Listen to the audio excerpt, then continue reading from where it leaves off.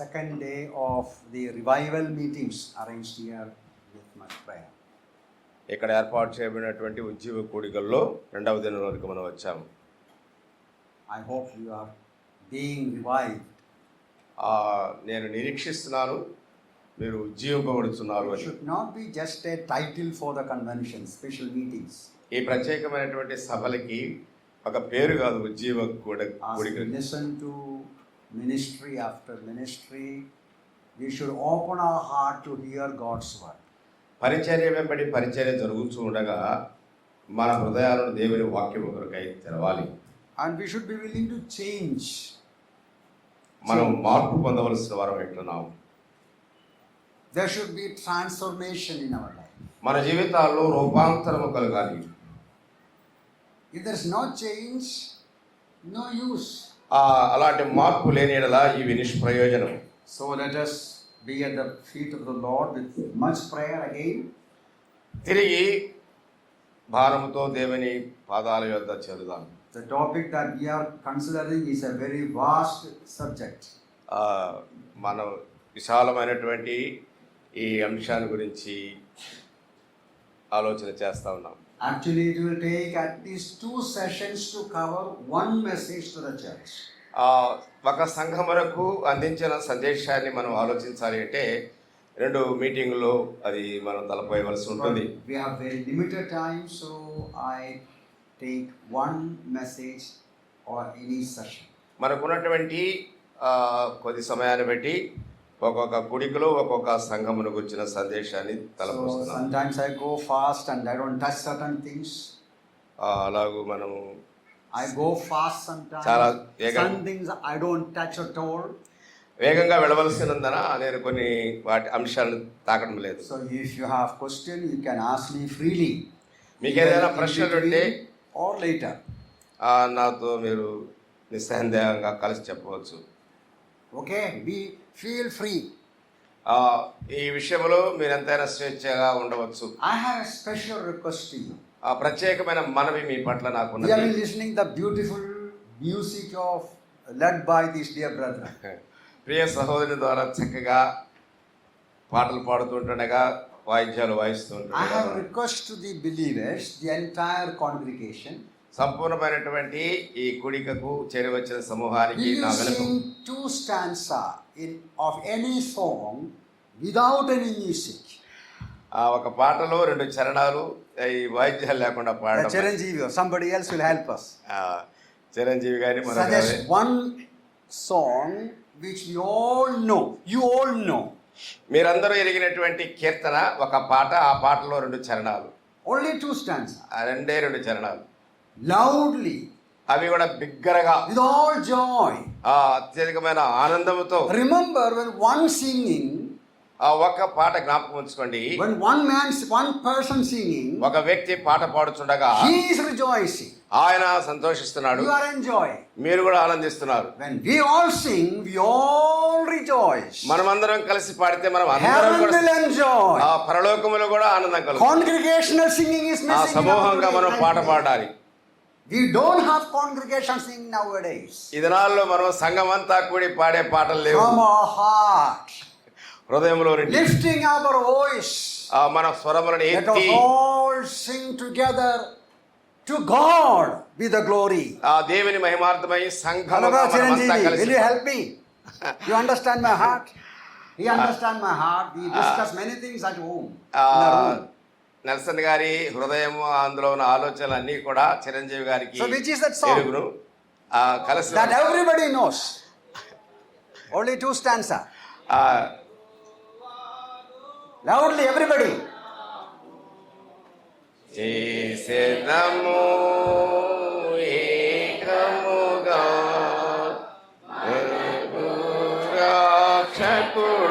రక్షకుడాయేను ఆయన మహిమా పాడెదము ఆయనను వర్ణించెదము.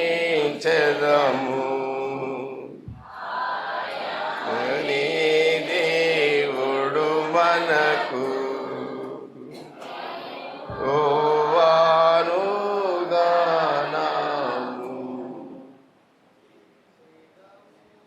Okay, next time you will sing more. మంచిది, మరొకసారి అందరం కలిసి పాడదాం. You sang in a very low voice actually. మీరు చిన్న స్వరంతో పాడారు అందరూ. We are losing that habit. అలవాట్లు విడిచిపెడదాం. I know many do not know how to sing nowadays. ఈ దినాల్లో ఎలా పాడాలో ఎరగాలి. Only one or two are singing. ఒకరు ఇద్దరు పాడుతుంటారు. So let us bring back the old custom of congregational singing in the assemblies. ప్రియులారా, పాత కాలములు అంటే ప్రారంభ దినాల్లో సంఘమంతయు ఏక స్వరముతో ఏకత్వము కలిగి పాడిన పాటలు మరలా మనం That is పాడదాం. also part of revival. ఉద్యమంలో అది కూడా ఒక భాగమై ఉన్నది. Okay, we will go to the passage that we are considering from the book of Revelation. ప్రకటన గ్రంథంలో నుండి మనం ఆలోచిస్తున్నటువంటి వాక్య భాగంలోనికి వెళదాం. Book of Revelation chapter 2 ప్రకటన గ్రంథం 2వ అధ్యాయము and verses 12 to 17.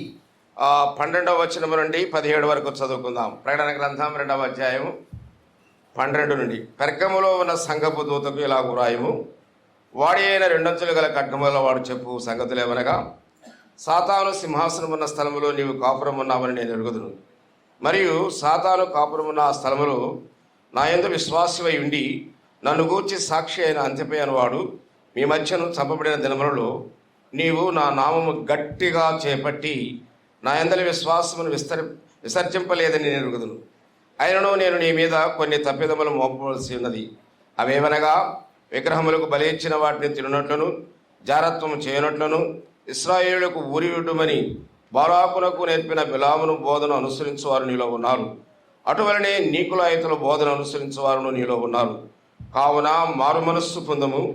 లేని ఎడలా నేను నీ దగ్గరకు త్వరగా వచ్చి నా నోట నుండి వచ్చు ఖడ్గము చేత వీరితో యుద్ధము చేసేదను. సంఘములతో ఆత్మ చెప్పుచున్న మాట చెవిగలవాడు వినుడుగాక. జయించవానికి మరుగయున్న మన్నాను భుజింపనెత్తును, మరియు అతనికి తెల్ల రాతినెత్తును. ఆ రాతి మీద చెక్కబడిన ఒక క్రొత్త పేరుండును. పొందిన వారికే గాని అది మరి అవనికి తెలియదు. May the Lord add his blessing upon the... చదువుబడిన వాక్యమునకు దేవుడు తన ఆశీర్వాదాలను జతచేయునుగాక. We are considering the messages the Lord Jesus sent to 7 assemblies in Asia. ఆసియాలో ఉన్న 7 సంఘములకు ప్రభువైన యేసుక్రీస్తు వారు పంపినటువంటి 7 సందేశములు. The first message was to the Ephesian church. ఆ మొదటి సందేశము ఎఫెసులో ఉన్న సంఘానికి. And we have seen it was a loveless church. మనం చూచాము ఆ సంఘములో ప్రేమ కొదువుగా ఉన్నదని. Yesterday evening we considered the message to Smyrna assembly. నిన్నటి సాయంకాలం వేళ స్ముర్నా సంఘమునకు వచ్చి మనం ఆలోచించాము. What was their condition? వారి యొక్క స్థితి ఏమిటి? It was a suffering church. అది శ్రమపడుతున్న సంఘము. Now let's see what is the Lord's message to the assembly at Pergamos. పెర్గములో ఉన్నటువంటి సంఘమునకై దేవుని యొక్క సందేశం. Now Pergamos was also another major city in Asia. ఆసియాలో మరి యొక్క గొప్ప పట్టణము ఈ పెర్గమ. Today all these assemblies, all these places are in Turkey. నేడు ఈ ప్రాంతాలు, ఈ స్థలాలన్నీ కూడా టర్కీలో ఉన్నాయి. It was in Pergamos for the first time a temple was constructed for emperor worship. మొట్టమొదట సార్వభౌమాధికారం కలిగిన చక్రవర్తిని ఆరాధించుటకే కట్టబడిన దేవాలయం. It was a university town or a learning center. అది ఒక విశ్వవిద్యాలయము. అనేక మంది అక్కడ అధ్యయనం చేయడానికి వస్తారు. Whenever there was winter in Rome, Caesar used to come and stay in Pergamos. చలికాలములో పెర్గములో కైసరు ఆ స్థలానికి వస్తాడు. So such a huge city, important city, well-known city, the Lord established a local assembly there. అలాంటి విశాలమైన పెద్దదైన సంపన్నమైనటువంటి పట్టణములో ప్రభు ఒక సంఘాన్ని స్థాపించాడు. Now here the Lord Jesus wants this assembly to know certain things. ఈ సంఘము కొన్ని సంగతులు తెలుసుకోవాలని చెప్పి ప్రభు కోరుతున్నాడు. There are many things written, but we will consider only 4 things. చాలా సంగతులు వ్రాయబడ్డాయి, కానీ కేవలం 4 విషయాలు మాత్రమే మనం ఆలోచించాలి. Notice the first thing we see in the introduction itself. పరిచయములోని మొదటి విషయాన్ని మనం చూడగలం. He says, he introduces himself as these things says, he who has the sharp two-edged sword. పెర్గములో ఉన్న సంఘపు దూతకు ఎలాగూ వ్రాయము, వాడి అయిన రెండొంతులు గల ఖడ్గము గలవాడు చెప్పు సంగతులేమనగా.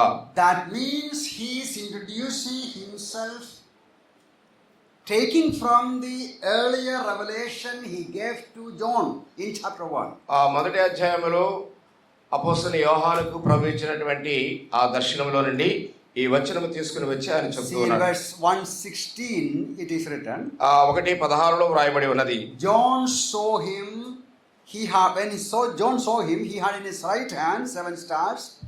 Out of his mouth went a sharp two-edged sword. అపోస్తలుని యోహాను ప్రభువును చూచినప్పుడు ఆయన తన కుడి చేత 7 నక్షత్రములు పట్టుకొని ఉండెను. 16వ వచనం మొదటి అధ్యాయం. ఆయన నోట నుండి 2 అంచులు గల వాడి అయిన ఖడ్గం ఒకటి బయలు వెడలుచుండెను. Now same thing the Lord Jesus is repeating here. అదే మాటను ప్రభువైన యేసుక్రీస్తు వారు మరలా చెప్తున్నాడు. This letter is sent to you ఈ యొక్క సందేశం మీకు అందించబడుతుంది by the one who has sharp two-edged sword. ఎవరి ద్వారా పంపబడుతుందంటే వాడి అయిన 2 అంచులు గల ఖడ్గము గల వాని ద్వారా. Now what does it mean? దాని అర్థం ఏమిటి? Two-edged sword. అంటే పదునైనటువంటి ఖడ్గము వాడి గల ఖడ్గము. The Lord is very clearly telling you should know the power of my word.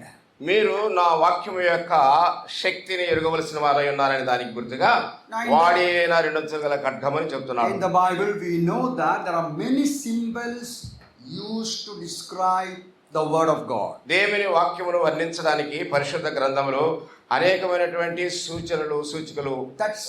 Those symbols help us to understand what the word of God is. అవన్నీ కూడా గుర్తులు దేవుని వాక్యం ఏమైనదో మనం నేర్చుకోవడానికి ప్రయోజనకరమైనవి. I am sure even children know those symbols.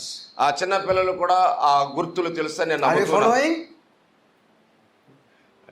Ask them. మీకు తెలుసా చిన్న పిల్లలు సండే స్కూల్ పిల్లలు తెలుసు. The symbols used to describe the word of God. దేవుని వాక్యమును వర్ణించడానికి వివరించడానికి ఉపయోగించేటువంటి Word of God కొన్ని is గుర్తులు. like water that cleanses. ఆ వాక్యము కడిగేదిగా మనను. Water.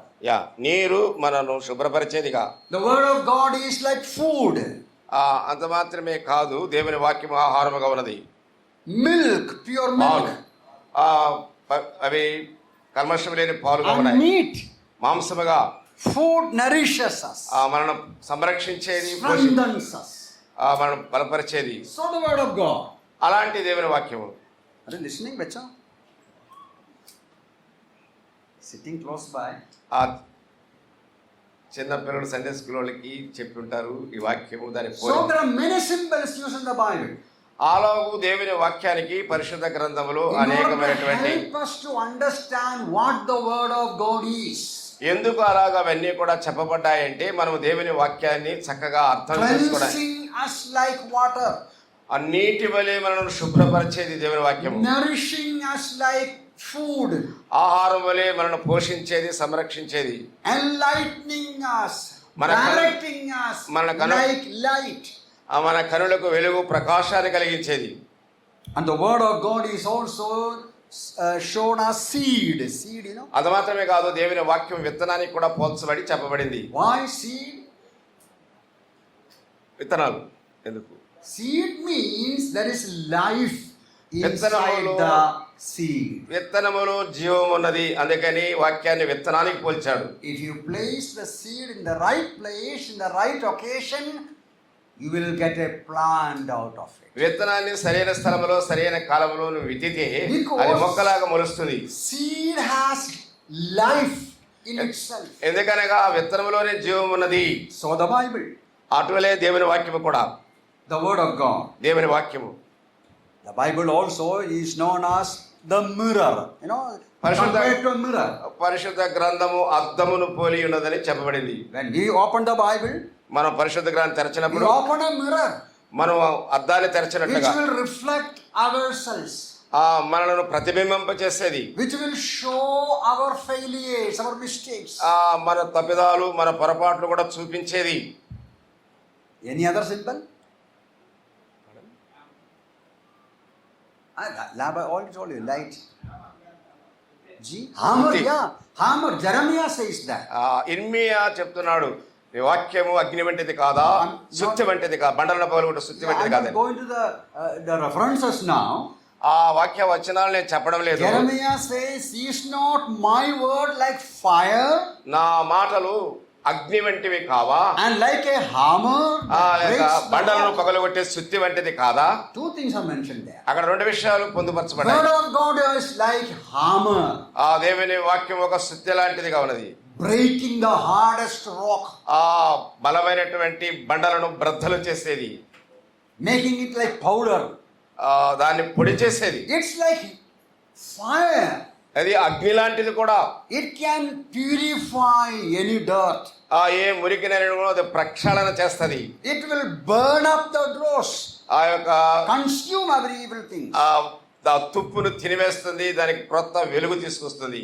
Now nowadays, quite often the enemies, the critics of the word of God, దేవుని వాక్య విమర్శకులు తరచుగా they fail to understand the reason why people are changed by the word of God.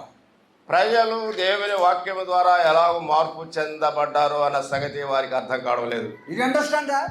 మీకు అర్థమైందా? Critics or the enemies of the gospel, they don't understand the real reason behind transformation in the lives of God's people. దేవుని ప్రజల యొక్క జీవితాలలో కలిగినటువంటి ఆ గొప్ప రూపాంతరాన్ని గురించి బైబిల్ విమర్శించే విమర్శకులు గ్రహించలేకపోతున్నారు. So what they do? వాళ్ళు ఏం చేస్తారు? They create all kinds of stories. చాలా రకాలంటే కథలు అల్లుతారు వాళ్ళు. They invent all kinds of stories for that. దాని కొరకై కొన్ని కథలు వారు అల్లుతారు. Oh, somebody gave him money. Pardon? They will say somebody gave him money, so he came to Jesus Christ. Money. డబ్బులు ఇచ్చి వాళ్ళంతా కూడా క్రైస్తవులు తీసుకొచ్చారని కొందరు చెప్తారు. Or they got some other things. లేక మరికొన్ని ప్రయోజనకరమైన వాటిని ఇచ్చుట ద్వారా. You are reading newspaper, you know? Are you reading newspaper? వార్తాపత్రికలు చదువుతున్నారా? Are you following social media? సామాజిక మాధ్యమాలను You know what is happening in our land today? నేడు మన దేశంలో జరుగుతున్న సంఘటనలు చూస్తున్నారా? How many stories, how many allegations, false accusations are made?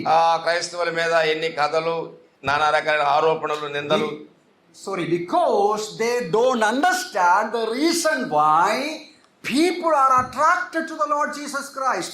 People are changed, transformed when they come to Christ. ప్రజలు యేసుక్రీస్తునందుకు ఆకర్షించబడుట, వారి యొక్క జీవితంలో సంపూర్ణంగా మార్పు చెందుట, వాళ్ళు కలిగిన రూపాంతరాన్ని వారు చూసి జీర్ణించుకోలేకపోతున్నారు. Real reason is the power of God's word. నిజమైనటువంటి కారణం ఏమనగా దేవుని వాక్యములో ఉన్న శక్తి. God's word is so powerful. దేవుని వాక్యం ఎంతో శక్తివంతమైనది. That's what the Lord Jesus is telling here. అందుచేత ప్రభు ఇక్కడ చెప్తున్నాడు, Believers in Pergamos, పెర్గములో ఉన్న విశ్వాసులకి, you should know that I have the two-edged sword going from my పెర్గములో mouth. ఉన్న విశ్వాసులారా, నా యొద్ద వాడి అయిన రెండంచులు గల ఖడ్గము ఒకటి ఉన్నది. The sword is another symbol used for the word of God. దేవుని వాక్యమునకు ఉపయోగించబడినటువంటి మరి యొక్క చక్కని పోలిక ఇది. I know you remember that in Hebrews chapter 4:12. మనకందరికీ తెలుసు, హెబ్రీయులకు రాసిన పత్రిక 4వ అధ్యాయం 12వ వచనం. Yeah, it is written there, the word of God is living and powerful and sharper than any two-edged sword. ఎందుకనగా దేవుని వాక్యము సజీవమైనదై బలముగలదై రెండంచుల ఎటువంటి ఖడ్గమును కంటెను వాడి ప్రాణాత్మను కేళ్లను మూలుగును విభజించినంత మట్టుకు దూరునిదై So the ఉన్నది. Lord Jesus is using that symbol.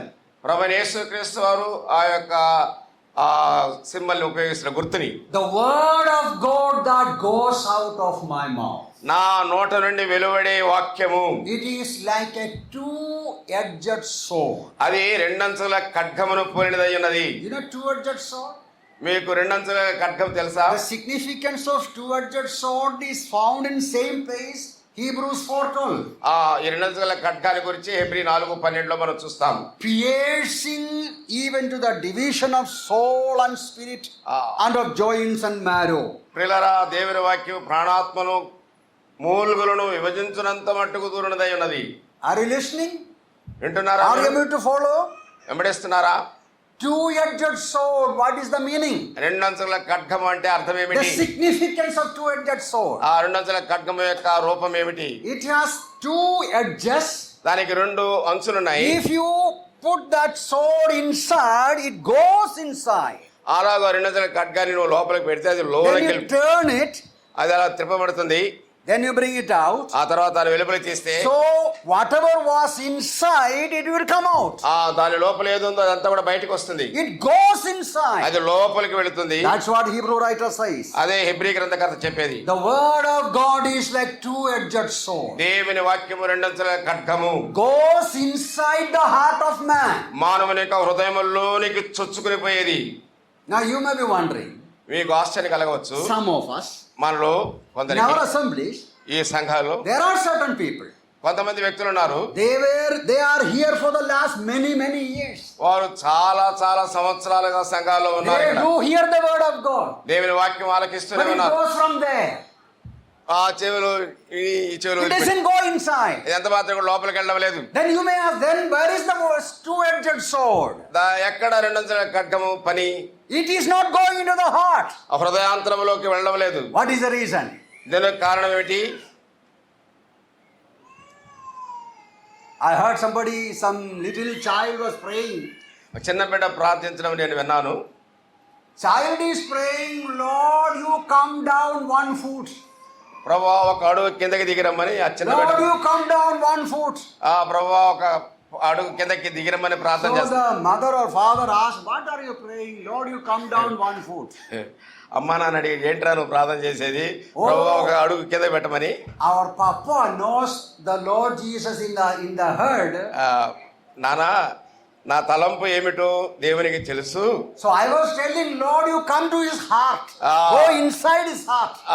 నా హృదయంలోనికి రమ్మని అడుగుతున్నాను. Now that's the truth. అది వాస్తవం. Now I don't know about your assembly, మీ సంఘాన్ని గురించి నాకు తెలియదు. but I have seen.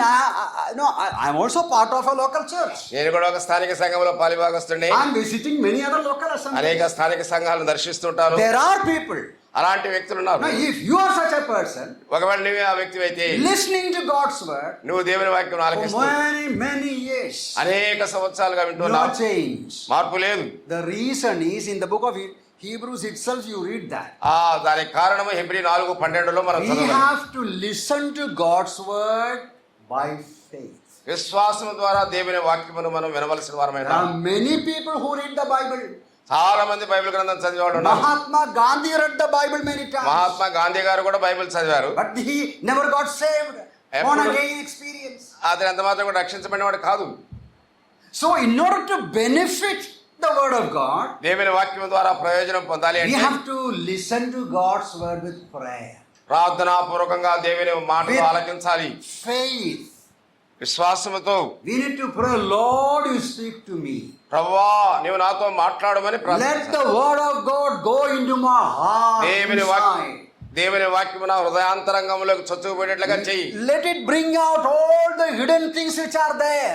నా హృదయంలో దాగి ఉన్న అన్ని విషయాలను బయటికి తీసుకురాము. So the Lord is telling the Pergamos assembly, ప్రభు పెర్గములో ఉన్న సంఘము you need to know the power of my word. నా వాక్యం యొక్క శక్తిని నీవు తెలుసుకొనవలసి The ఉంటున్నావు. word of God will convict the people who listen to God's word by faith. దేవుని వాక్యమును వినేవారి హృదయాల్లో దేవుని వాక్యం వారు ఒప్పింపజేస్తుంది. Not only convicting, it will convert, change, and transform. వారిలో ఉన్న బలహీనతలు ఒప్పించడం మాత్రమే కాకుండా వారిని మార్చేదిగా రూపాంతరం కలుగు చేసేదిగా ఉంటుంది. Here in verse 16, another thing the Lord Jesus says, 16వ వచనంలో ఆయన మరొక in మాట, the end of 16, చివరి I 16 will చివరి fight against them with the sword of my mouth. నా నోట నుండి వచ్చు ఖడ్గము చేత వీరితో యుద్ధము చేసేదను.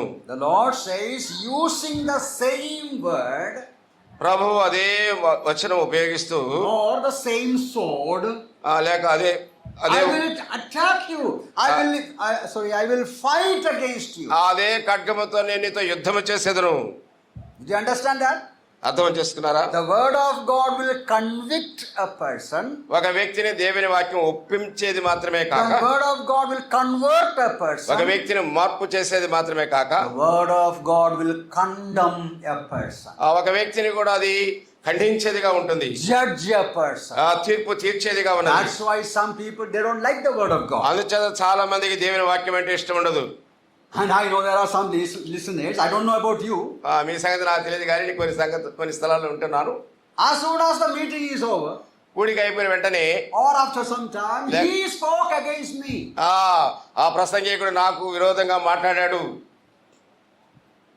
Whose problem it is? ఏమిటి సమస్య? Now, I don't know you. వాస్తవానికి మిమ్మల్ని నేను ఎరుగను. Actually, whenever I go out, I am free, I can freely speak. నేను వెలుపలికి వెళ్ళినప్పుడు స్వేచ్ఛగా మాట్లాడతాను. But in our own assembly, మా స్థానిక సంఘంలో మాత్రం I have to be very careful. నేను చాలా జాగ్రత్తగా ఉండాలి. Because I know the story of everybody. ఎందుకనగా ఒక్కొక్కరి కథ నాకు They బాగా will తెలుసు. immediately say he is talking about me. వెంటనే వాళ్ళు చెప్తారు నన్ను గురించి ఆయన చెప్పాడని. But the truth is, సత్యం ఏంటంటే when the word of God is presented, దేవుని వాక్యం వారికి వెల్లడజేయబడినప్పుడు sincere believers, నమ్మకమైన విశ్వాసులు they will take it. అది స్వీకరిస్తారు. It will convict them. వారిని It ఒప్పింపచేస్తుంది, will change them. వారిని మార్చేదిగా ఉంటుంది. But there are certain nominal believers. అయితే అదే సమయంలో కొంతమంది నామకార్థ విశ్వాసులు They ఉన్నారు. only occasionally listen. వారు సందర్భం వచ్చినప్పుడే వింటారు. They don't properly listen to the word of God. వారు శక్తివంతంగా దేవుని వాక్యమును They వినడానికి will ఇష్టపడతారు. take only those things which hurt them. వారిని గాయపరిచే మాటలు మాత్రమే వారు తీసుకుంటారు. And they will use it for another fight in the assembly. మరొక యుద్ధం లేక సంఘములో గలాటా కొరకై దాన్ని ఉపయోగిస్తారు. I hope you will not do that. మీరు అలా చేయరని నేను But that నిరీక్షిస్తాను. is what the Lord said here. No, I'm going to judge you. I'm going to fight against you using the sword. నేను నా ఖడ్గాన్ని ఉపయోగించి వారితో యుద్ధం చేస్తాను, తీర్పు తీరుస్తాను అంటున్నాడు. Now, we also need to understand the power of God's word. మనము కూడా దేవుని వాక్యం యొక్క శక్తిని ఎరుగవలసిన వారమై ఉన్నాము. So that is the first thing. అది మొదటి విషయం. Always remember, my word has no power. జ్ఞాపకం ఉంచుకోండి, మానవుని మాటలు శక్తివంతమైనవి కావు. No man's word has power. ఏ మానవుని యొక్క మాటలు శక్తివంతమైనవి కావు. Only the word of God has power. దేవుని వాక్యముకు మాత్రమే శక్తి That's ఉన్నది. why we need to read the Bible. అందుచేతనే మనం బైబిల్ పట్టుకున్నాం. We need to memorize the దాన్ని scripture. చదవాలి, లేఖనాలు జ్ఞాపకంలో We need ఉంచుకోవాలి, to quote the scripture. వాటిని మనం ఎత్తి చూపించాలి. You know how the Lord Jesus won victory over Satan? ఎలాగో Temptation? ప్రభువైన యేసుక్రీస్తు వారు సాతానుని ఎదిరించాడు అంటే He quoted from the scripture. ఆ లేఖనాల నుండి కొన్ని వాక్య భాగాలు ఎత్తి చూపించాడు. So we need to meditate upon God's word. అందుచేత మనం కూడా దేవుని వాక్యాన్ని ధ్యానించాలి. I am so happy to see all of you have a Bible. మీ అందరి చేతుల్లో బైబిల్ ఉండడం నాకు ఎంతో That's సంతోషం. really wonderful. అది ఎంతో అద్భుతమైనది. There are certain places you go, కొన్ని స్థలాలకి మనం వెళ్ళినప్పుడు very many believers today don't carry their Bible. చాలా మంది విశ్వాసులు నేడు బైబిల్ పట్టుకొని రారు. Their argument is, వాళ్ళ యొక్క వాదం ఏమిటంటే in my mobile it is there. నా మొబైల్లో ఉంది Bible. Mobile is something different. ఆ మొబైల్ అనేది వేరొకటి, Bible is something different. అయితే దానికి వేరేది ప్రత్యేకమైనది Bible. Very good. You can have Bible app in your mobile. ఒకవేళ మీ మొబైల్లో బైబిల్ యాప్ ఉంటే ఉండవచ్చు. You can use it while you travel at various places. కొన్ని సందర్భాల్లో ప్రయాణాల్లో దాన్ని ఉపయోగించుకోవచ్చు. But when we go for a Christian ministry, service ministry, క్రైస్తవ సంఘము సహవాసానికి పరిచయకి వెళ్ళేటప్పుడు always it is good to keep the Bible. పిల్లరా నిరంతరం పరిశుద్ధ గ్రంథాన్ని పట్టుకెళ్ళాలి. It's a testimony. అది ఒక సాక్ష్యాన్ని తెలియజేస్తుంది. Today there are people who may attack you because you carry it. నీవు మోసుకుని వెళ్ళే పరిశుద్ధ గ్రంథం ద్వారా కొంతమంది వ్యక్తులు ఆకర్షించబడవచ్చు ప్రభు But వైపు. still it is our privilege and our responsibility to carry it. పరిశుద్ధ గ్రంథం కలిగి ఉండే ఒక ఆధిక్యత, దాన్ని మనతో కూడా వెంట పెట్టుకోవడం కూడా Okay, సాక్ష్యం. I'm still in the first point. Still in the first point. మొదటి వచనాన్ని నేను The Lord Jesus is telling you need to know the power of my word. ప్రభు చెప్తున్నాడు, నా వాక్యం యొక్క శక్తిని నీవు తెలుసుకునవలసి ఉన్నావు. You remember in Luke's Gospel chapter 4, the people repeatedly wondering what kind of authority and power his word has. లోకాసువార్త 4:12 మనం చూసినప్పుడు ప్రభు అయిన యేసుక్రీస్తు వారు అక్కడ ప్రకటించినప్పుడు వాక్యాన్ని ఆయన వాక్యము అధికారముతో కూడినదిగా ఉన్నట్లుగా వారు గ్రహించారు. At the words of the Lord Jesus, demons will obey. ఆయన వాక్యమునకు దయ్యములు లోబడుచున్నవి. And the roaring sea will become calm. ఆ గర్జించు సింహములో ఉన్నటువంటి సముద్ర తరంగాలు In other words, అలాగూ the అడిగిపోతాయి. nature obeyed to the words of the Lord Jesus. ప్రభువైన యేసుక్రీస్తు వారి మాటలకు ప్రకృతి లోబడింది. Even the dead rose again at the అంతేకాదు చనిపోయిన వారు సహా తిరిగి లేచారు. So assembly at Pergamos need to know the word of Christ is so powerful. ఆ పెర్గమ సంఘములో ఉన్న విశ్వాసులు ఎరుగవలసిన సంగతి ఏమనగా ఆయన వాక్యం ఎంత బలమైనదో శక్తివంతమైనదో తెలుసుకోవాలి అని. That can break up the hardened heart and transform lives. ఆ దేవుని వాక్యము కఠినమైన హృదయాలను అది వర్ధన చేసి మార్చేదిగా ఉంటుంది. So that is the first thing the Lord wanted them to know. ప్రభువు వారు తెలుసుకోవాల్సిన మొదటి విషయం ఏమనగా అదే. Let us see the second thing. రెండవ విషయాన్ని చూద్దాం. What is the second message he has? Second thing that they should know వారు in this message. ఈ వర్తమానంలో వారు ఎరుగవలసినటువంటి రెండవ విషయం. Notice verse 13. 13వ వచనం గమనించండి. I know your works and where you dwell, where Satan's throne is. సాతాను సింహాసనమున్న స్థలములో నీవు కాపురమున్నావని నేను ఎరుగుదును. Enough. The first part only. Yeah. I know where you dwell. నీవు కాపురమున్న స్థలమును నేను ఎరుగుదును. Now that is something very interesting.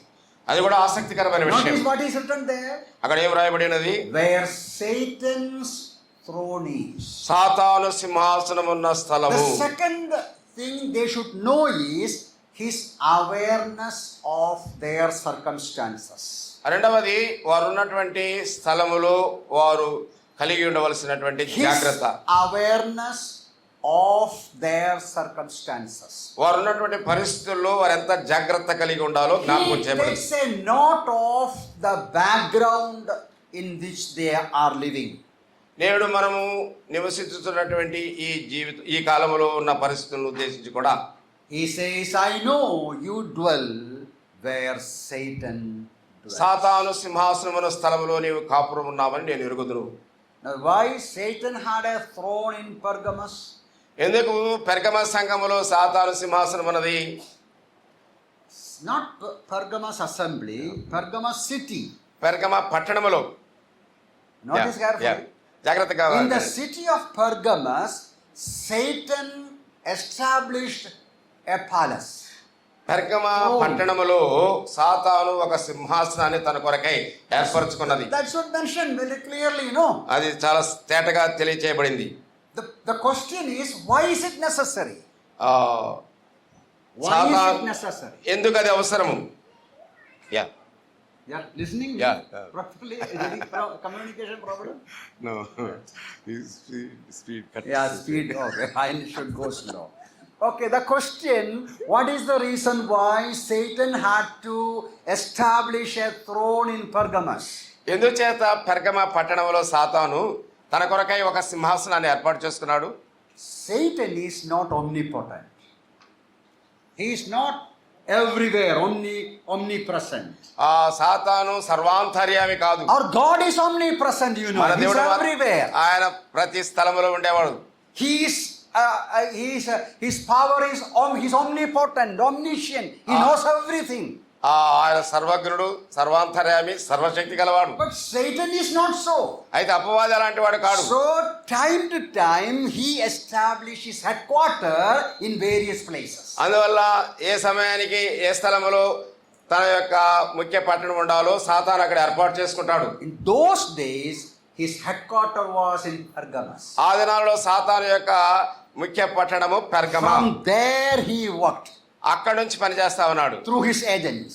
తన ఏజెంట్ల ప్రతినిధుల ద్వారా. These are demons. అపవాది. Now today where is the headquarter? ఇప్పుడు ఎక్కడుంది ఆ ముఖ్య పట్టణం? Not the mukhya patana, the headquarter. అది ముఖ్యంగా ఉండే స్థలం, ప్రధాన The స్థలం. capital. Yeah. Where his office is. వారి యొక్క From అధికారం where he is functioning. ఎక్కడి నుంచి పని ఆయన జరిగిస్తా ఉన్నాడు. Now that is up to you to suggest. మీరే చెప్పాలి. I don't know. అది But one thing is very clear, in those days it was Pergamos.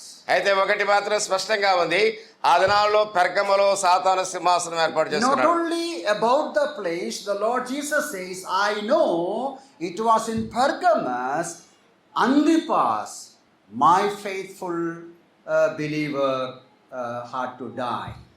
నేను ఎరుగుదును, ఆ సాతాను సింహాసనం ఉన్నటువంటి కాపురముల స్థలంలో ఉంటున్నావు. అంతిపయ అనేవాడు భక్తుడు అక్కడ చంపబడ్డాడు. It is in the same verse.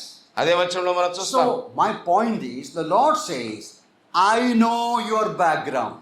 నీ వెనుక చరిత్ర నేను ఎరుగుదును అనే I సంగతి, know the circumstances in which you are living. నీవు నివసించున్న పరిసరాలు ప్రభావాన్ని నేను ఎరుగుదును.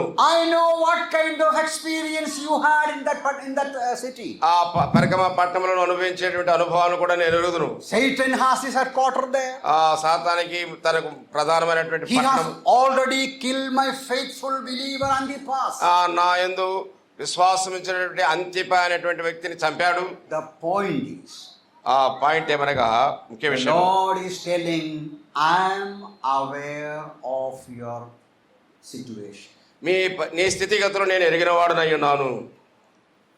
I am aware of the background in which you are living. మీరు జీవించుతున్నటువంటి స్థలము, దాని వెనుకటి చరిత్ర నేను ఎరుగుదును. That is a very comforting, encouraging truth. అది ఎంతగానో ప్రోత్సహించేటువంటి సత్యము.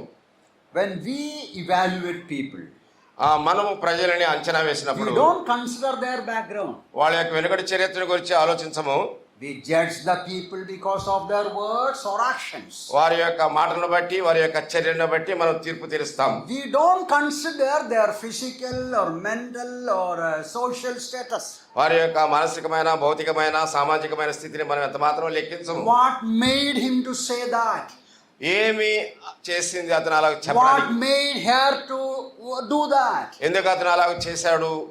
We don't consider the background. వాటిని గురించిన వెనుకటి సంగతులు మనం ఆలోచించము. But when God, the Lord Jesus is looking at us, అయితే ప్రభుని యేసు మన పట్ల చూస్తున్నాడు. when the Lord is, evaluating them, ప్రభువు వాళ్ళని తూకం వేసినప్పుడు, I know your background.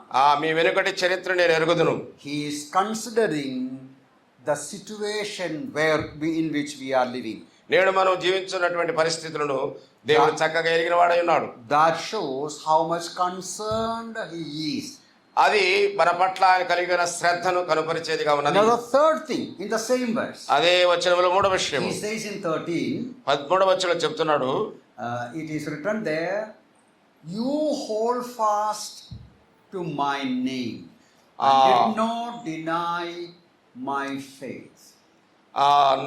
నన్ను గూర్చి సాక్ష్యాలు అంతిపోయిన వాడు మీ మధ్యన చంపబడిన దినములలో నీవు నా నామమును గట్టిగా చేపట్టి నా యందలి విశ్వాసమును విసర్జింపలేదని నేను ఎరుగుదును.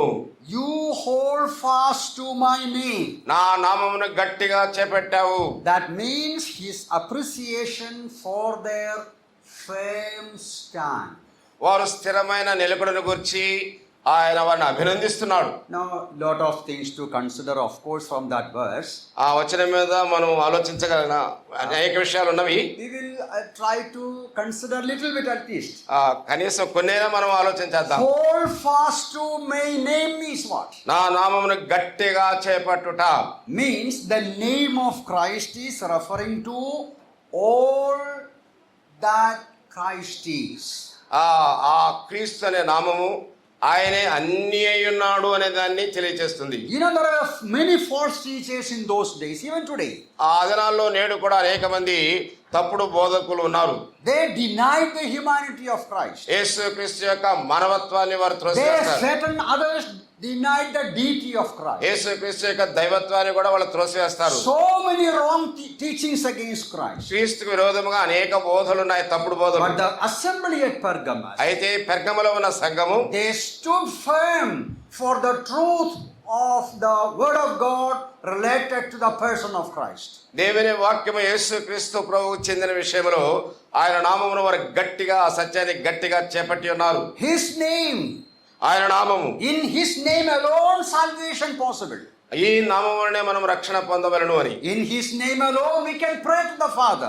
మనము ఆయన ద్వారానే తండ్రితో మాట్లాడగలము.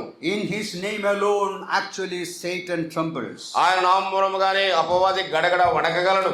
So the Lord Jesus is telling, I am so happy that you never denied my faith or my name. ప్రభు చెప్తున్నాడు, నా యందు మీకున్న విశ్వాసము గాని లేక మీకు కలిగిన విశ్వాసాన్ని గట్టిగా నా నామమును You బట్టి చేపట్టి. carefully notice that verse. ఆ వచనాన్ని జాగ్రత్తగా As I గమనించండి. told you earlier, more than my word, you look into the Bible word. నా The మాటల word of కంటే God. దేవుని వాక్యంలోని మాటలు మీరు జాగ్రత్తగా He చూడాలి. says, you hold fast to my name. నీవు నా నామమును గట్టిగా చేపట్టావు. You did not deny my faith. ఆ విశ్వాసం ఎంత మాత్రం కూడా విడిచిపెట్టలేదు. That means you continue to trust me. మీరు నా యందు విశ్వాసవంతుడిలో కొనసాగుతున్నారు. You understood all about my person.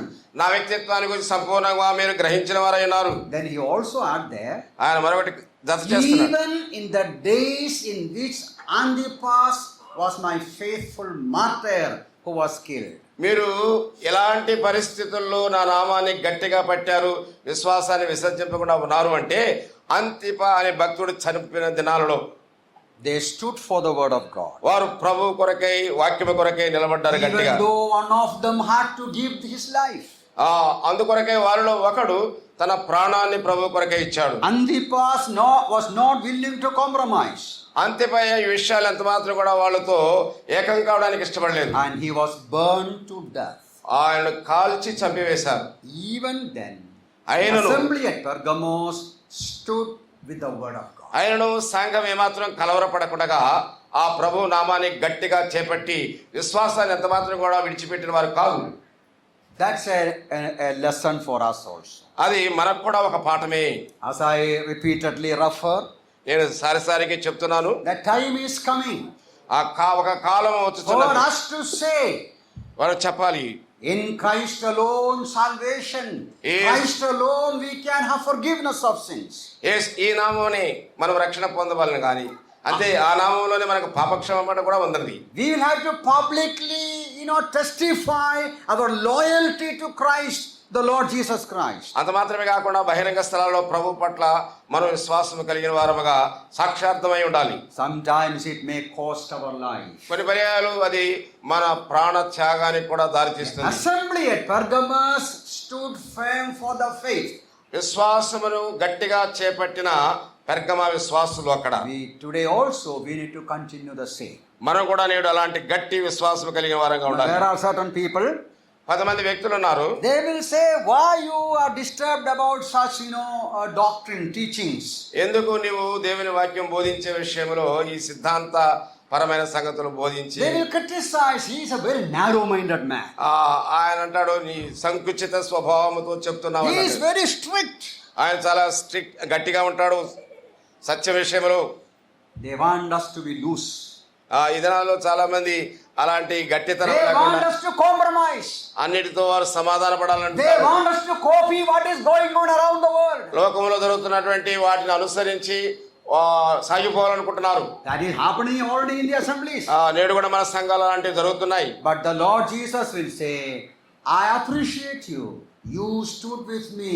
You stood for you firmly stood for the doctrine. అయితే ప్రభువు పెర్గమ సంఘస్థులకు చెప్తున్నాడు, అంతిపయ అనేటువంటి ఆ వ్యక్తి చంపబడిన దినములలో మీరు నా నామమును గట్టిగా చేపట్టి విశ్వాసాన్ని ఎంత మాత్రం కూడా విడిచిపెట్టిన వారు కాదన్నాడు. So 3 things we have seen. 3 విషయాలు మనం The చూచాము. Lord wanted the Pergamos assembly to know. ఇవన్నీ కూడా పెర్గమ సంఘస్థులు తెలుసుకోవాలి అని. We also need to know these 3 things. మనం కూడా ఈ 3 విషయాలు తెలుసుకోవాలి. Number 1, the power of the word of God. మొదటిది ఏమనగా దేవుని వాక్యము, దాని శక్తి. Number 2, his awareness of our circumstances. మనమున్న పరిస్థితుల్లో ఎట్టి జాగ్రత్త కలిగి ఉండాలో అది. Number 3, మూడవది his appreciation of their firm stand. వారు తీసుకున్నటువంటి స్థిరమైన నిర్ణయాన్ని బట్టి వారిని అభినందిస్తున్నాడు. Firm stand in what? For his name and faith in Christ. వారు ఆయన నామమును బట్టి గట్టిగా చేపట్టి విశ్వాసములో స్థిరులుగా ఉన్నారు. The 4th and last one. 4వది చివరిది. You see what he says in verse 14. 14వ వచనంలో ఆయన ఏం చెప్తున్నాడు? I have a few things against you. ఆయనను నేను నీ మీద కొన్ని తప్పిదములు మోపవలసి ఉన్నది. Because you have there those who hold the doctrine of Balaam. బిలాము బోధను అనుసరించేవారు ఉన్నారు. Verse 15 also.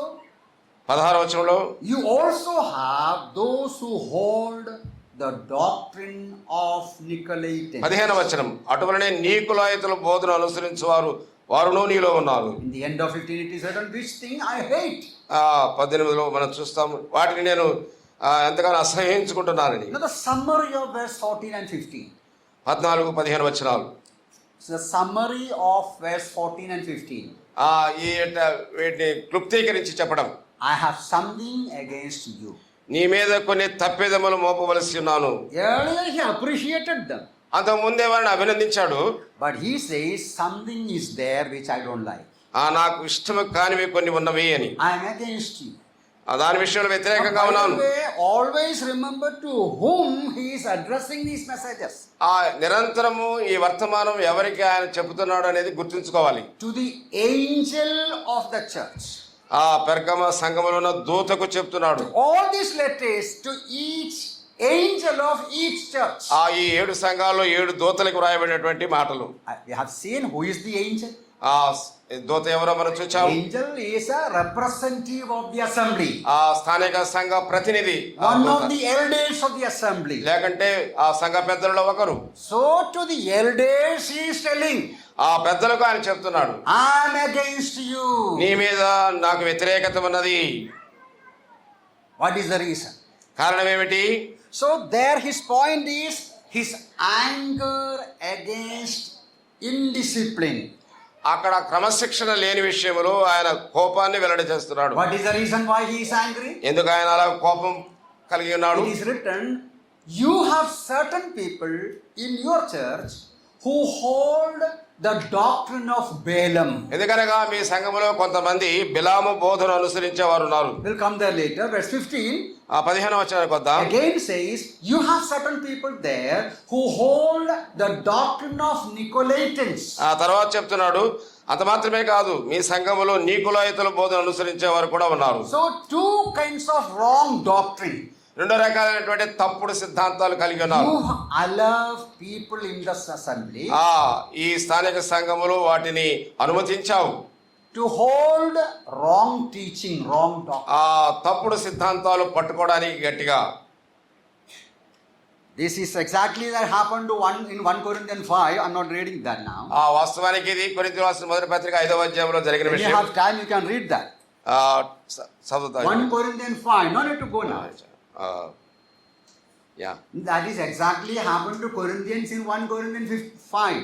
కొరింథీయులకు రాసిన సంఘములో జరిగిన సంఘటన 5వ అధ్యాయంలో చూస్తాం. Oh, I go always fast. That's why brother is not able to speak. నేను చాలా వేగంగా వెళుతున్నాను ఆయన అందుకోలేకపోతున్నాను. And did you notice that what happened in Pergamos? పెర్గమలో జరిగిన సంగతి. Elders allowed certain people to hold wrong doctrine. సంఘ పెద్దలు సంఘంలో ఉన్న కొంతమంది విశ్వాసులు తప్పుడు సిద్ధాంతాలు చేపట్టడానికి అనుమతించారు. Doctrine of Balaam, doctrine of Nicolaitans. ఆ సిద్ధాంతాలు ఏమంటే బిలాము బోధలు నీకులాయితుల బోధలు. Same thing happened to Corinth church. అదే read 1 Corinthians chapter 5 1 onwards. కొరింథీయులకు రాసిన మొదటి పత్రిక 5వ అధ్యాయం నుంచి మనం చదవడం ప్రారంభిస్తే ఇవే తప్పుడు బోధలు అక్కడ కూడా ఉన్నట్లుగా. The elders in that assembly ఆ సంఘంలో ఉన్న పెద్దలు allowed a man to live in immorality. అపవిత్రతలో జీవించే ఒక వ్యక్తిని సంఘమునకు అనుమతించారు. The kind of immorality he says Gentiles even they will not name it. వాస్తవానికి మీలో జారత్వం అనేది అన్ని జనుల్లో కూడా ఇలాంటి కార్యములు జరగవని చెప్తున్నాడు. Paul says you should have wept over it. దాని విషయమే ఏడవాలి మీరు. But they didn't weep, they didn't take any action. That person continued in the assembly. వారు ఆ విషయమే ఏడ్చిన వారు కాదు, క్రమశిక్షణ చేపట్టిన వారు కాదు, ఆయన సంఘములో కొనసాగడానికి అనుమతించారు. What is the doctrine of Balaam? బిలాము బోధ అంటే ఏమిటి? Now about Balaam we read in the book of Numbers. బిలామును గురించి సంఖ్యాకాండములో మనం చదువుకుంటాం. About Balaam Peter says the way of Balaam. ఆ బిలాము నడిచిన మార్గం అని పేతురు చెప్తున్నాడు. who loved wages of unrighteousness. ఆ అవినీతి ద్వారా వచ్చే లాభం కొరకై అతడు నడిచాడు. Balaam is the first preacher in the Bible who preached for money. ఆ పరిశుద్ధ గ్రంథములో డబ్బు కోసం ప్రసంగించిన మొదటి ప్రసంగికుడు బిలాము. The more money, the more preaching to satisfy the boss. ఆ అధికారిని సంతృప్తిపరచడానికి ఆయన ఎంత డబ్బు ఇస్తే అంతగా ఆయన ప్రసంగిస్తున్నాడు. Even today such preachers are there, I know. ఈ నేడు కూడా అలాంటి బోధకులు ఉన్నారు, నాకు తెలుసు When అంటున్నారు. you get the pulpit, ఈ వేదిక మీదకి వచ్చిన తర్వాత their effort is to satisfy the host, so that they will call them again to stand here on the pulpit. ఆ వేదిక మీద నిలిచి పిలువబడినటువంటి వ్యక్తిని సంతృప్తి పరచడానికి ఆయన ముఖస్థుతి కోసం ప్రసంగాలు చేస్తారు. ఎందుకంటే మరొకసారి They పిలవడం will speak in such a way that they will be very happy. అలాగ మాట్లాడుతుండగా పిలిచిన వాడు ఎంతో ఆనందిస్తుంటాడు. Balaam is the first person to do. అలాంటి వ్యక్తుల్లో మొదటి వాడు ప్రవక్త అయిన Preaching బిలాము. for money ఆ డబ్బు కోసం అలా చేశాడు, against the word of God. దేవుని వాక్యమునకు వ్యతిరేకంగా. And Jude says about the error of Balaam. ఆ బిలాము యొక్క తప్పిదాన్ని యోధా పత్రికలో చెప్తున్నాడు. What is the error of Balaam? ఆ బిలాము చేసిన తప్పు Even ఏమిటి? after the Lord was trying to stop him, don't go, don't preach, don't curse, and so on. అలా వెళ్ళడానికి తీర్మానం చేసుకున్న బిలామును అడ్డగించడానికి, ఆటంకపరచడానికి, ఆపడానికి ప్రభు ఎంతో ప్రయత్నాలు చేశాడు. గాడిద కూడా చేసింది. God even spoke to him using a donkey. అతనితో మాట్లాడడానికి దేవుడు గాడిదను ఉపయోగించాడు. But still thinking of money. అయినను వాటిని ఖాతరు చేయకుండా డబ్బును గురించి ఆలోచిస్తున్నాడు. Couldn't control himself. తను తాను స్వాధీనపరచుకోలేకపోయాడు. Greed, full of greed. ఆ దురాశ And ఎక్కువ. thus he went. అలా వెళ్ళాడు. Thus he gone there. అలాగూ బిలాము అక్కడికి వెళ్ళాడు. Okay, now Paul is, here we see the doctrine of Balaam. ఇక్కడ బిలాము బోధను చూస్తున్నాం. What is the doctrine of Balaam? బిలాము బోధ అంటే ఏమిటి? Here the Lord himself explains that. ఇక్కడ ప్రభు వారికి వివరించి చెప్తున్నాడు. Notice carefully. జాగ్రత్తగా గమనించండి. Who taught Balak to put a stumbling block before the children of Israel? ఇశ్రాయేలుకు ఉరి ఒడ్డుమని బాలాకునకు నేర్పిన బిలాము బోధ, దాన్ని అనుసరించువారు. You know what happened to you know the story. ఆ కథ మనకు తెలుసు. Balaam could not curse. బిలాము దేవుని పిల్లలను శపించలేకపోయాడు. What is the reason why he couldn't curse? ఎందుచేత అతడు దేవుని పిల్లలను శపించలేక? See those things in Numbers 23. అది One you can quickly see that. సంఖ్యాకాండం 23లో చూడగలం. He says, how can I curse the people whom God has blessed? దేవుడు ఆశీర్వదించిన వారిని నేను అలాగూ శపింపగలనని అంటున్నాడు. Then the main thing he writes there or tells there, they are a separated people. వారు ప్రత్యేకించబడిన జనాంగం అని చెప్తున్నాడు. 23:9. 23:9. No need to read the entire verse. అంతా A చదవలేము. people dwelling alone. ఒంటరిగా నివసించున్న ప్రజలు. They are not reckoning itself among the nations. జనములలో వారు లెక్కించబడలేదు. So the reason why Balaam could not curse the people of Israel, ఎందుచేత ఇశ్రాయేలు ప్రజలను బిలాము శపించలేకపోయాడంటే, God has blessed them. దేవుడు వారిని ఆశీర్వదించాడు. God has separated them. దేవుడు వారిని ప్రత్యేకించి ఉన్నాడు. They are a separated holy people. వారు ప్రత్యేకించబడిన పరిశుద్ధ They are జనాంగం. not mixed with the Gentiles. వారు అన్ని జనులతో కలిసిపోయిన వారు కాదు. They lead a holy separated life. వారు జీవితాంతం ప్రభు దేవుని కొరకు ప్రత్యేకించుకున్నారు. Balaam understood one thing. బిలాము ఒక విషయం గ్రహించాడు. The only way to curse them, only way to punish them, destroy them, వాళ్ళని శపించడం, నాశనం చేయడానికి ఒకే ఒక మార్గం ఉన్నది. God has to do that. అది దేవుడే చేయగలడు. But before God will do, దేవుడు అలా చేయక మునుపు these people their holiness should be gone, or their separate identity should be defined. వారి ప్రత్యేకత, వారి యొక్క పరిశుద్ధత కలుషితం చేయబడిన తర్వాత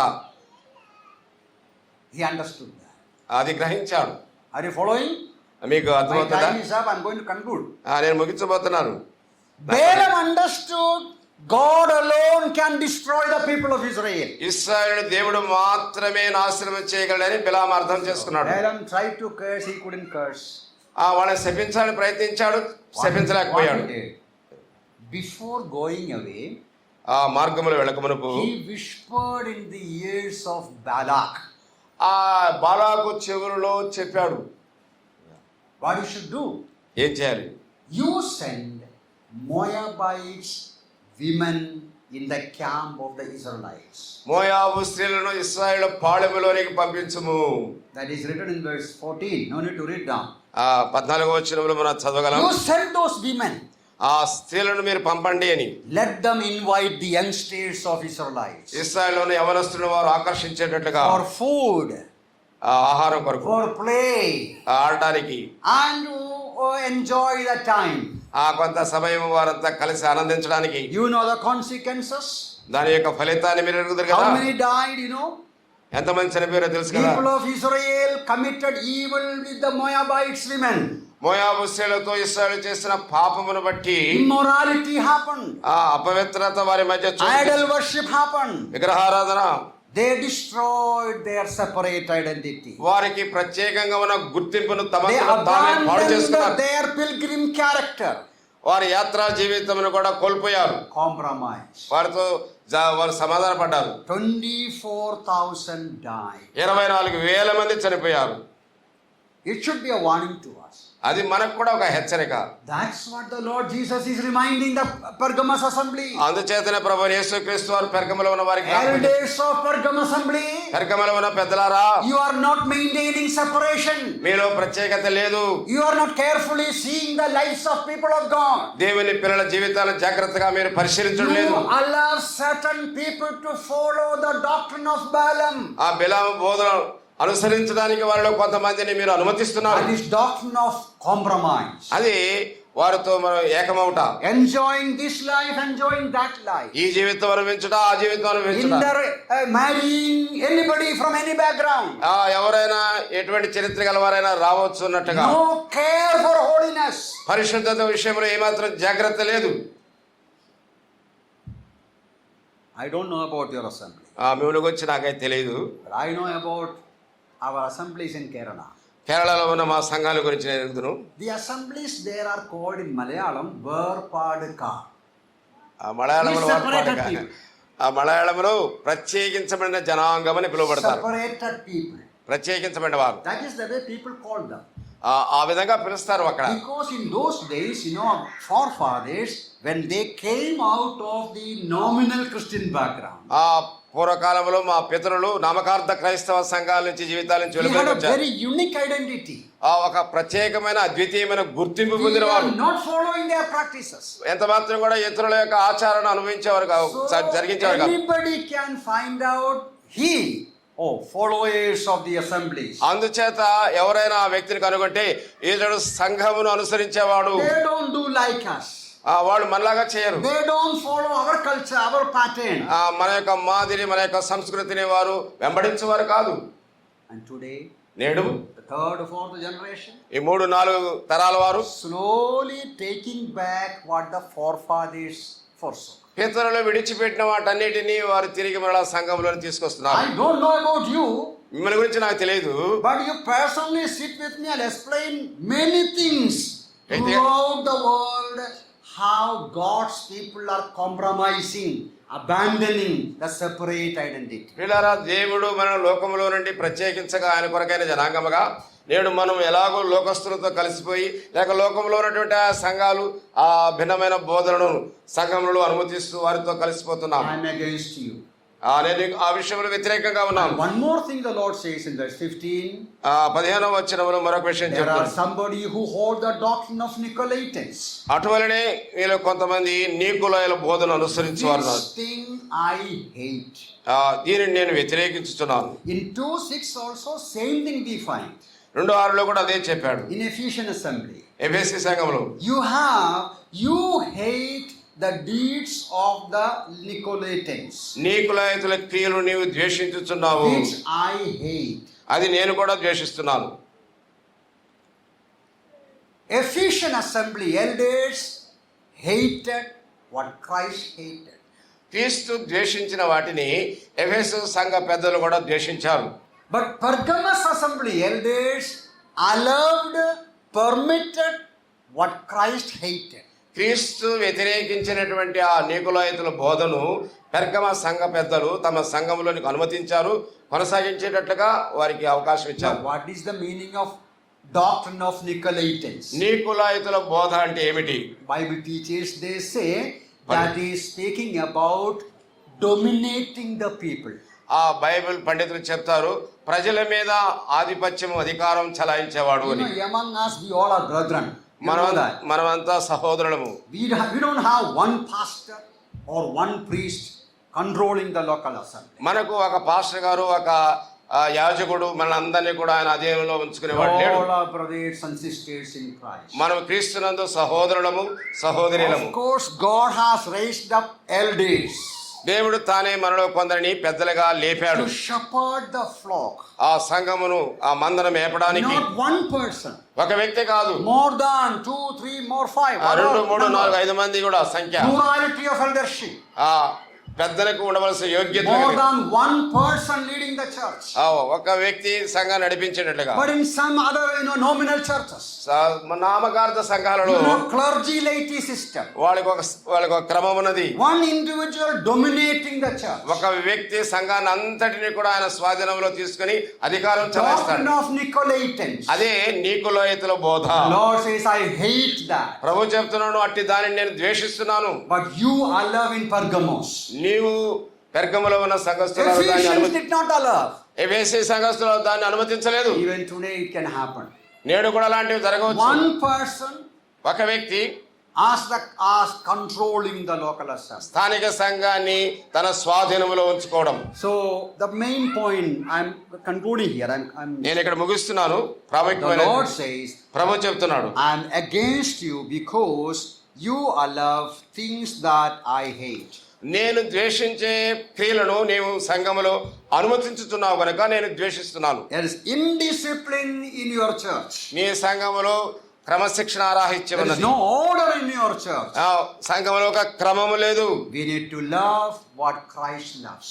క్రీస్తు ప్రేమించిన దాన్ని మనం We ప్రేమించాలి. need to hate what Christ. క్రీస్తు ద్వేషించేదాన్ని మనం ద్వేషించాలి. So here we see in Pergamos a compromising church. పెర్గమ సంఘములు అట్లా కాకుండా Not maintaining separation. ప్రత్యేకతను వారు కాపాడుకోకుండా అందరితో ఐక్యపరచబడ్డారు. Not maintaining discipline. క్రమశిక్షణ పాటించేవారు కాదు. But even to that assembly, ఆ సంఘమునకు in the end it is written, చివరిలో వ్రాయబడింది, repent. మారు మనసు పొందము. If you don't repent, నువ్వు మారు మనసు పొందకపోతే I will come and fight. నేను వచ్చి యుద్ధం చేస్తాను. But the comforting thing is, even to them the Lord gave time to repent. ప్రభు వారికి ఆదరణ కలిగించే మాట ఏంటంటే ఇప్పటికైనా నువ్వు మారు మనసు పొందము. As the Lord is evaluating us, ప్రభు మనను తూకం వేసినప్పుడు what kind of message He will tell us? ఏ విధమైన వాక్యము వర్తమానం మనకు అనిస్తాడు. Will He be happy about us? మన విషయంలో సంతోషిస్తాడా? Will he be against us? లేక మనకు వ్యతిరేకంగా ఉంటాడా? Let us examine. మనం Let పరిశీలించుకుందాం. us carefully consider these messages and lead a life that is, that is a blessing to the Lord, that is pleasing to the Lord. పిల్లరా, ఈ వాక్య భాగాలను మనం చదువుతుండగా దేవుని వాక్యమును మన హృదయాల్లోనికి అనుమతించి దేవునికి ఇష్టమైన జీవితం సంఘానికి క్షేమకరమైనటువంటి దీవెన కలిగించే వారుగా ఉందాం. May the Lord's name be glorified. దేవుని నామమునకు మహిమ కలుగును గాక.